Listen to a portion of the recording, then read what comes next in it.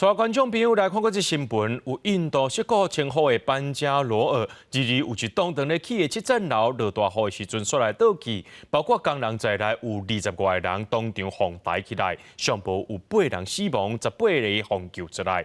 当地政府是表示讲，这栋楼仔厝是违法起厝，结构有问题，这厝主的后生含建商呢已经红掠起来啊。监视器画面显示，这栋长日时间的白色建筑，雄雄坍起倒落。规栋建筑倒伫涂骹，互人看落会惊。这件事故是伫有印度16号前后的班加罗尔发生的。一栋7层楼建筑，日下晡伫连续几天落大雨了后，雪规个倒去。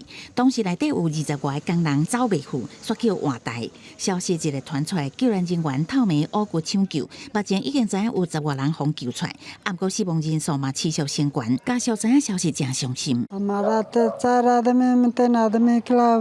एक आदमी अंदर मरा था परावा हम लोग के पर बाहर थाना में 当局为建筑现出来的基础结构研判，大雨毋是造成大楼倒去的原因，是时间不同甲偷工减料造成的。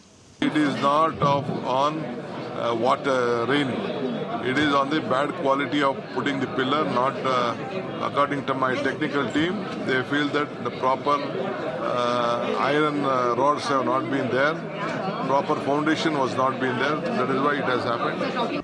官员指出，厝住伫真下区辖区7层楼建筑已经违法在身，有关当局捌3届发出停工令，不过业者也是继续施工，毋知造成无大挽回的悲剧。